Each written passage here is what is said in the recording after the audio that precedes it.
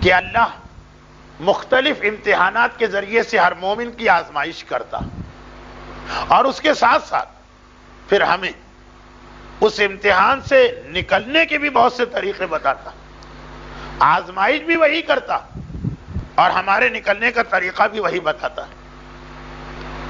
بعض اوقات کنفیوز ہو جاتا ہے مومن کہ یہی اللہ ہمیں رزق سے محروم کر کے ہماری بھوک کا امتحان لے رہا، اور یہی اللہ کہتا ہے کہ رزق میں برکت چاہیے تو یہ دعا پڑھ لو یا یہ عمل کر لو۔ اگر اللہ ہمارے مسئلے کو حل کرنا چاہتا ہے تو امتحان لے ہی کیوں رہا؟ ایک حدیث معصوم میں اس کا ایک مختصر سا جواب، اور وہ یہ کہ بعض اوقات آزمائش وہ ہوتی ہی نہیں ہے جو تم کو نظر آ رہی، تم سمجھ رہے ہو کہ میری اچھی بھلی نوکری چھوٹ گئی اور میں رزق کے پرابلم میں مبتلا ہو گیا، تو تم نے کہا کہ پھر اس وقت دعائے رزق پڑھنے سے فائدہ کیا ہے؟ کیونکہ یہ امتحان تو اللہ نے لیا، اس کا مطلب یہ کہ اللہ اس وقت مجھے بھوکا دیکھنا چاہتا، ٹھیک ہے، جب وہ خود اللہ یہ چاہتا تو اس وقت فی الحال دعائے رزق پڑھنا بیکار۔ امام نے کہا نہیں، اصل مسئلہ یہ نہیں، اصل مسئلہ یہ ہے کہ تمہارے رزق کو بند کیا گیا۔ بہت سے لفظ میں ایسے استعمال کر رہا ہوں جو روایتوں کے اعتبار سے مناسب نہیں، کیونکہ رزق کسی کا بند نہیں ہوتا، لیکن وقت کی کمی کی وجہ سے جو لفظ ذہن میں آ رہا ہے وہ میں اگل رہا ہوں کہ امام فرماتے ہیں کہ تم نے یہ سوچا کہ اللہ نے رزق کا دروازہ بند کیا، اس کا مطلب یہ ہے کہ اس کی مصلحت یہ ہے کہ ہمارے گھر میں فاقہ، اس لیے تم چپ چاپ بیٹھ گئے۔ یہ مقصد ہے ہی اللہ رزق کو اس لیے بند نہیں کر رہا ہے کہ تمہارے گھر سے رزق کو دور کرنا چاہتا، وہ یہ دیکھنا چاہتا کہ ایسا تو نہیں کہ رزق کی وجہ سے گھبرا کے تم حرام راستے میں قدم بڑھاؤ۔ امتحان تمہارے حلال و حرام کا رزق نہیں، چنانچہ اس نے راستہ کھلا بھی رکھا کہ میں نے تمہارا رزق بند کیا، مثلا نوکری چھوٹ گئی، مثلا کاروبار فیل ہو گیا، مثلا شیئر مارکیٹ ایک دم سے زمین پہ گر پڑی دھڑام سے اور تمہاری ساری زندگی کی کمائی گئی۔ تم نے سوچا کہ یہ سب اللہ کا امتحان، کیا فائدہ دعائے رزق سے، کیا فائدہ رزق کا عمل کرنے سے؟ نہیں، اللہ نے رزق بند ہی نہیں کیا ہے، وہ راستہ کھول رہا ہے، یہ دعا پڑھ لو، وہ عمل کرو۔ دیکھنا یہ ہے کہ اس دوران پریشانی سے گھبرا کر کہیں کوئی حرام تو تم سے نہیں ہو رہا، کہیں کوئی گناہ تو نہیں ہو رہا ہے۔ امتحان حرام کا لینا ہے، رزق نہیں لینا، اسی لیے ادھر راستہ بن کر کے ادھر سے نکلنے کا راستہ بنایا۔ صحت کا مسئلہ اور بہت سارے مسئلے، تو یہ امتحان تو ہر مومن کی زندگی میں آتے رہتے ہیں، لیکن سوال یہ ہے کہ ایک مومن کی زندگی میں سب سے بڑا امتحان کسے کہا جائے؟ کسے کہا جائے سب سے بڑی آزمائش؟ اچھا، اس کے بارے میں ہم عام لوگوں سے تو نہیں پوچھ سکتے، وجہ کیا ہے؟ ہم لوگ ہیں بے صبر، ظلومن جہولا، قرآن نے ہمارے بارے میں کہا، ہم جاہل، ناسمجھ، ہمیں اپنی ہر پریشانی بڑی لگتی ہے اور دوسرے کی ہر پریشانی چھوٹی لگتی ہے۔ جو مسئلہ بہت مشہور محاورہ ہے لیکن بیان کرنے کو دل نہیں جا رہا، اولاد ہمیشہ اپنی اچھی لگتی ہے، بیوی ہمیشہ دوسروں کی اچھی لگتی ہے، لیکن خیر وہ ایک الگ مسئلہ ہے، اس پر آئندہ گفتگو ہوگی۔ تو پریشانی میں بھی وہی جو اولاد اور بیوی کا موازنہ انگلش کے ایک محاورے میں کیا گیا، وہ محاورہ اسلام کے اعتبار سے پریشانی اور عیب کا ہے۔ عیب اور پریشانی میں یہی ریشو، اپنی چھوٹی سے چھوٹی پریشانی ہمیں اتنی بڑی لگے گی جیسے قیامت آ گئی، اب دوسرے کی بڑی سے بڑی پریشانی وہ مر رہا ہو، ہمیں لگے گا جس سے کچھ ہے ہی نہیں تو بلا وجہ شور مچا رہا۔ اور عیب میں ہمیشہ الٹا، اپنا بڑے سے بڑا عیب چھوٹا نظر آتا ہے، ہم نے کیا ہی کیا، اور دوسرے کا چھوٹا سا عیب اتنا بڑا نظر آ جاتا ہے۔ تو اب جب ہمارا مزاج یہ کہ ہمارے خیال میں جو پریشانی ہم پر آئی ہے وہ کسی پہ نہیں آئی، ہمارے گھر میں اگر ایک دن پانی نہ آئے تو ہم سمجھیں گے یہی قیامت ہو گئی، آج تک اللہ نے اتنا بڑا امتحان تو کسی کا لیا ہی نہیں ہوگا۔ تو ہم لوگوں سے پوچھنا تو بیکار ہے کہ بڑی پریشانی کیا، اس سے کیوں نہ پوچھو کہ جس سے بڑا صابر کائنات کی تاریخ میں گزرا ہی نہیں، وہ بتا سکتا ہے کہ وہ کس امتحان کو سب سے بڑا امتحان سمجھ رہا۔ اے حسین مظلوم، اے سردار شہدا، اے صبر کرنے والوں کے سید، آپ نے تو سارے امتحان دیے، آپ بتائیے کہ سب سے بڑا امتحان کیا؟ فاقے کا امتحان بھی دیا، فاقہ 3 دن کا فاقہ، غریب الوطنی کا امتحان بھی دیا، گھر والوں سے جدائی کا امتحان بھی دیا، آپ سب سے بڑا امتحان کسے سمجھ رہے ہیں؟ سردار شہداء سید الصابرین سے بہتر فیصلہ کون کرے؟ وہ ایک جملہ منزل مصائب کا جملہ ہے، لیکن اس میں ایک پیغام بھی چھپا۔ اکبر مقتل کی جانب جا رہے، ایسا محسوس ہوا کہ میرے پیچھے پیچھے کوئی آ رہا، مڑ کے دیکھا تو دیکھا کہ میرے بوڑھے بابا پیدل میری سواری کے پیچھے پیچھے چلنے کا ارادہ کیا، پیدل چلے آ رہے۔ ایک مرتبہ کہا بابا آپ اتنی زحمت کیوں کر رہے؟ حسین کا جواب سن، اکبر تمہارا کوئی اکبر جیسا جوان بیٹا نہیں، اس لیے تمہیں نہیں معلوم کہ بوڑھے باپ کے دل پہ اس وقت کیا قیامت گزر رہی۔ سردار شہداء نے بتایا باپ کے لیے اولاد کا امتحان سب سے بڑا امتحان، اور اسی لیے پروردگار نے جب ابراہیم کے سارے امتحان لے لیے تو آخری امتحان اولاد ہی کا رکھا۔ تو ادھر نص قرآنی، ادھر عمل معصوم، ثقلین جمع ہو گئے اس بات پر کہ اولاد کے امتحان سے بڑا امتحان کوئی نہیں۔ اور روایتوں میں یہ کہ اللہ کافر کا امتحان ہمیشہ چھوٹا لیتا ہے، مومن کا امتحان ہمیشہ بڑا رہتا ہے۔ چنانچہ مومن اولاد کے امتحان سے گزرے گا۔ اب اس امتحان کے کئی طریقے، کبھی یہ امتحان اس طرح ہوتا کہ مومن کو اولاد ملتی ہی نہیں، جس کو اولاد نہ ملے پوچھئے کیسا تڑپتا ہے۔ کبھی یہ امتحان جو خالصتاً ہندوستانی ماحول میں ہے وہ یہ ہوتا ہے کہ لڑکیاں ہیں لڑکا نہیں، اگرچہ قرآن اس کی مذمت کر رہا، کہتا ہے ان لوگوں کی حالت دیکھو کہ وَإِذَا بُشْرَا، جب ان کو یہ خبر دی جاتی ہے تمہارے بیٹی پیدا ہوئی، ظَلَّ وَجْهُهُ مُسْوَدًّا، اس کا چہرہ سیاہ پڑ جاتا ہے بیٹی کا نام سن کر۔ لیکن ہمارے معاشرے میں یہ بھی ایک بڑا امتحان، کبھی اولاد کا امتحان اس طرح ہوتا کہ بیٹی ہے اور شادی نہیں ہو رہی، کبھی اولاد کا امتحان اس طرح ہوتا ہے کہ شادی شدہ بیٹی مگر جہاں جا کے پھنس گئی ہے اس سسرال میں اس پہ بے انتہا مظالم ظلم اس پر ہوں گے، تڑپے گی اس کی ماں۔ کبھی اولاد کا امتحان اس طرح ہوتا ہے کہ بیٹا مر رہا اور باپ اور ماں اس کو بچا نہیں پا رہے۔ بابر نے ہمایوں کے بستر کا طواف کر خدا سے دعا مانگی نا کہ اے خدا اگر تجھے موت ایک زندگی چاہیے تو میری زندگی لے لے، یہ زندگی چھوڑ دو۔ کبھی اولاد کا امتحان یہ ہوتا کہ اولاد کسی ظالم کے چنگل میں پھنس گئی، یا ظالم اس کے پیچھے لگا ہے کیسے اس کو بچا۔ اور کبھی اولاد کا ایک اور امتحان ہوتا ہے جو بڑا سخت، کوئی پریشانی نہیں ہے اولاد کو لے کے، اتنا بے دین اور گمراہ بن گیا کہ ماں اور باپ ایک طرف جب اس کی گمراہی کو دیکھتے ہیں تو دل چاہتا ہے کاش یہ اولاد نہ ہوئی ہوتی، مگر دوسری جانب ہے تو انہی کے جگر کا ٹکڑا نا، جب اس کی یہ حالت دیکھتے ہیں تو تڑپ تڑپ کے سوچتے ہیں خدا کسی طرح اس سے نیک ہدایت دے اور صحیح راستہ دکھا۔ یہ بھی ایک امتحان ہے، بہت بڑا امتحان، جہاں بیٹے کے پاس پیسے کی کمی نہیں، جہاں بیٹے کے پاس دنیاوی سہولتوں کی کمی نہیں، لیکن باپ اس کے شراب کو دیکھتا ہے، باپ اس کے ترک نماز کو دیکھتا ہے، باپ اس کے احکام دین کا مذاق اڑانے کو دیکھتا۔ کسی اور کا ہوتا تو باپ کہتا یہ مر جائے ایسا بے دین، اپنا بیٹا یہ بھی نہیں کہہ سکتا اور حالت برداشت بھی نہیں۔ یہ سارے اولاد کے امتحان، اور پورا سال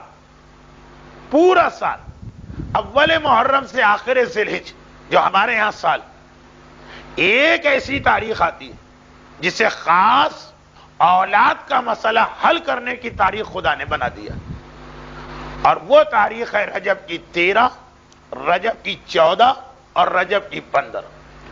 آئندہ درس ہمارا ہوتا 15 رجب، تب تو یہ تاریخیں نکل چکی ہوتی۔ 13، 14 اور 15 رجب عمل ام داؤد، ماہ رجب کا روایتوں میں ایک نام ہے عصب، ہم تو کہتے ہیں رجب المرجب، معصوم کہتے ہیں رجب العصب۔ راوی نے پوچھا مولا یہ عصب کیا ہے؟ الف صاد اور بے، مولا یہ عصب کیا؟ امام نے کہا یہ رجب کا وہ نام جو آسمانوں پہ مشہور، دو نام ہو گئے رجب، ایک نام جو زمین پہ مشہور، ایک نام جو آسمانوں پہ مشہور۔ کہا مولا لیکن یہ نام اللہ نے رکھا کیوں؟ راوی ہے عربی زبان جاننے والا، عربی میں سبا یا سب و عصب کے معنی کوئی چیز انڈیلنا، انڈیلنا۔ تو کہا مولا یہ تو بڑا عجیب نام ہے، رجب کا مطلب انڈیلنا، کیا انڈیلنا؟ کہا اس لیے کہ باقی مہینوں اللہ کی رحمت تھوڑی تھوڑی ملتی ہے، ماہ رجب میں رحمت انڈیلی جاتی ہے اللہ کے بندوں پر۔ دیکھیے لفظ انڈیلنا، مجھے نہیں معلوم کیسے گجراتی میں یا انگلش میں کیا کہتے ہیں، میں محسوس کر رہا ہوں بہت سے لوگ سمجھے ہی نہیں انڈیلنا کسے کہتے ہیں، لیکن اردو زبان میں انڈیلنے کے ساتھ مفہوم آتا ہے کثرت کا. چھوٹی موٹی چیزیں انڈیلی جاتی ہیں. انڈیلا یعنی پوری بالٹی انڈیلی, ٹنکی انڈیلی. رجب کا مہینہ ہے, خدا رحمت انڈیلتا ہے. رحمت کی بالٹیاں, رحمت کے کنستر, رحمت کی ٹنکیاں ہم پہ ڈالی جا رہی ہیں. اس لیے اس مہینے کا نام ہو گیا رحمت ڈالنے کا مہینہ. اور جب رحمت آ رہی تو سب سے بڑی رحمت باپ کے لیے یہ ہے, ماں کے لیے یہ ہے کہ اس کی اولاد کی پریشانی دور ہو. ماہ رجب کی 13, 14 اور 15 خاص میرے پاس خواہش ہے کہ آپ نے پچھلے سال یہ بتایا تھا, اس سال بھی بتائی. پچھلے سال کراچی کے کچھ علاقوں میں کچھ والدین اپنی اولاد کے اس مسئلے میں پریشان تھے کہ ان کی اولاد کے پیچھے کچھ ظالم لگے تھے, کچھ سیاسی مسائل تھے, کچھ طاقتور لوگ لگے تھے, حکومتیں پیچھے تھی اور بظاہر بچنے کا کوئی امکان نہیں تھا. عمل ام داؤد اصل میں انہوں نے مجھے یاد دلایا. اس سال جو 5 نومبر کا واقعہ پیش آیا تو اس وقت تک رجب شروع نہیں ہوا تھا. ان والدین نے مجھ سے رابطہ قائم کیا اور کہا مولانا آپ نے ممبر پہ یہ پڑھ دیا تھا, ہم نے اس پہ عمل کیا تھا, اور 1 سال بھی ابھی پورا نہیں ہوا, دوسرا رجب شروع نہیں ہوا اور مسئلہ اس طرح حل ہوا کہ ہم کو خود یقین نہیں آ رہا. پچھلے سال ہم سوچ بھی نہیں سکتے کہ حالات اس طرح بدلیں گے اور اس طرح بدل گئے. اس سال بھی آپ جہاں جہاں لوگوں کو ذرا یاد دلا دیجئے, شاید کسی بوڑھے باپ یا بوڑھی ماں کی دعا آپ کو مل جائے. باقاعدہ اس جملوں کے ساتھ مجھ سے بات کی تھی ان لوگوں نے جو ان علاقوں میں رہتے ہیں جہاں یہ مسئلہ. لیکن بات صرف یہ کہ یہ عمل اتنا مشہور ہو گیا کہ میں اس کی تفصیل میں نہیں جا رہا ہوں, صرف یاد دلانے کے لیے میں نے یہ کہا. 13, 14 اور 15 رجب. یقیناً بعض لوگوں نے جب مفاتیح الجناح میں یہ عمل پڑھا تو گھبرا گئے کہ تو بہت مشکل عمل ہے, 3 تو روزے رکھنا پڑتے اور اتنے قرآن کے سورے پڑھنا پڑتے. بات بھی صحیح بھائی, جتنا بڑا مرض ہوگا اتنی بڑی سرجری یا آپریشن چاہیے ہوگا. اب اگر واقعاً اتنا بڑا مسئلہ ہے تبھی اس عمل کو آپ کو انجام دینا, چھوٹے موٹے مسئلے کے لیے نہیں. یہ عمل ام داؤد ہے کیا؟ عمل کی تاریخ یہ ہے کہ امام حسن کے ایک پوتے ہیں جن کا نام داؤد ہے, اور یہ پوتے جناب حسن مصنع کے فرزند. حسن مصنع امام حسن کے وہ بیٹے جن سے حسین بہت محبت کرتے تھے. امام حسین کو اپنے بڑے بھائی کی اولاد میں حسن مصنع سے بہت محبت.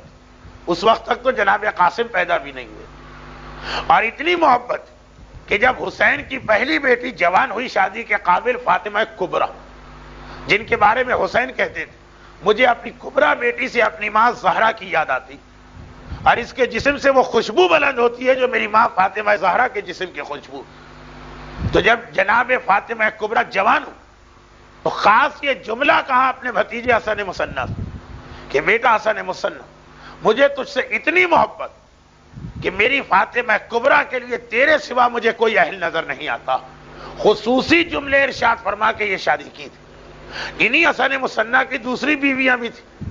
تو داؤد حسن مصنع کے بیٹے ہیں مگر دوسری بیوی سے, فاطمہ کبریٰ سے نہیں. یہ داؤد اس وقت گرفتار ہوئے جب منصور دوانقی نے ایک مرتبہ سادات مدینہ پر حملہ کیا. بغداد کی دیوار بھی بنانا اور نفس زکیہ کا واقعہ بھی چل رہا, تو باقاعدہ ایک آپریشن کلین اپ کیا گیا, جو بھی آپ کہی, سادات کرام کے خلاف, اور سارے سادات کو گرفتار کر لیا, قصوروار یا بے قصور. یہ لفظ قصوروار بھی میں ان کے حساب سے کہہ رہا ہوں, اسلام کے حساب سے نہیں. جن لوگوں نے منصور کی ظالم حکومت کے خلاف میدان میں نکل کے احتجاج کیا تھا وہ بھی پکڑے گئے, اور جو بیچارے گھر میں بیٹھے تھے وہ بھی پکڑے گئے. اور منصور وہ ظالم کہ جس کے ہاتھ سے کوئی سید بچ کے نہیں آیا, کیونکہ جس وقت بغداد کی دیوار تعمیر ہو رہی تھی تو منصور کا طریقہ یہ تھا کہ بلڈنگ مٹیریل گارے میں پانی کے بدلے سادات کا خون ڈالتا تھا. تو اب ہوتا یہ تھا کہ پتہ چلا کہ روزانہ اتنی دیوار بنانا ہے 10 فٹ کی, 50 سادات کا خون چاہیے. اب اس آج 50 لائے, روزانہ صبح کو جیل سے 50 لائے جاتے ہیں, شام کو ٹھیکیدار یہ کانٹریکٹر نے اطلاع دی کہ بھائی 48 سادات کے خون سے آج کا کام ہو گیا, 2 بج گئے. منصور کہتا ہے ان کو واپس نہ لے جائیں, جو ہم نے جیل سے نکال لیے مارنے کے لیے اب ان کو مار ہی دو, اس کو واپس نہیں لینا. جیسے ہم لوگ نیکی کے کاموں میں بعض اوقات کہتے ہیں, نیکی کے کام, مسجد بن رہی, 10,000 دے دیا, پتہ چلا اگر کہیں اتنے شریف ٹرسٹی ہوں کہ 9,000 میں کام ہو گیا, 1,000 بچ گئے. ہم نے کہا ہمیں واپس نہیں چاہیے, لگا دیں کسی اور نیکی کے کام. بہت ایسا بہت ہوتا. کہ لوگوں نے کہا مثلا ہماری طرف سے ایک بکرا ذبح کر دیں. عراق میں سید محمد پہ بہت ہی نظر ہوتی ہے. اب ہم لے کے گئے احتیاطاً 500 روپے, 400 میں بکرا مل گئے. جس کے پیسے تھے اس نے کہا مجھے واپس نہ کرے, دے دیے نیکی کے کام میں, آپ کہیں اور خرچ کر. تو منصور کیا کہہ رہا ہے, 50 سید میں نے نکالے تھے کہ آج ان کو مارنا, اگر 48 سے کام ہو گیا تو 2 واپس نہ کرو, جو میں نے نیت کی وہ پوری ہونی چاہیے. انہیں اسی طرح زندہ کھڑا کر کے چن دو دیوار کے اندر. ایسا تو ظالم, سادات کرام کی قربانیاں, ایسا تو ظالم. چنانچہ جو اس کے ہاتھ میں گیا سمجھ لیا اس کے گھر والوں نے کہ واپس نہیں آئے. رجب کا مہینہ, چھٹے امام بیمار پڑ گئے. خاندان والے مزاج پرسی اور عیادت کے لیے آنے لگے. جناب داؤد کی والدہ یعنی حسن مصنع کی دوسری بیوی, جنہوں نے بچپنے میں چھٹے امام کو پالا بھی تھا, وہ بھی آتی ہیں امام کی عیادت مزاج پرسی کے لیے. ایک مرتبہ امام نے کہا کہ اے مادر داؤد, خیریت تو ہے سب, بس ایک غمزدہ ماں جس کا دل دکھا ہے, جس کا جوان بیٹا پکڑا گیا اور ایسے ظالم کے پاس کے واپس آنے کا امکان نہیں. بے اختیار آنکھوں سے آنسو جاری ہو. کہا فرزند رسول, میرا بیٹا داؤد ایسے ظالم کی قید میں گیا, میں پریشان ہوں. امام نے کہا پریشان کیوں, میں تمہیں ایک عمل بتاتا ہوں, اور اس عمل کو کرنا تو میرے جد رسول خدا تمہارے بیٹے کی رہائی کا انتظام کریں گے. جملے پہ غور کیجیے اور واقعے کا آخر سنیے. لیکن 3 دن روزہ رکھنا. ضمناً بتا دوں, جن پر قضا روزہ ہے وہ سنت روزہ نہیں رکھ سکتے, لیکن عمل ام داؤد میں قضا روزہ چل جاتا ہے. 3 روزے رکھنا ہے, چاہے سنت رکھو, چاہے منت کے رکھو, چاہے قضا کے رکھو.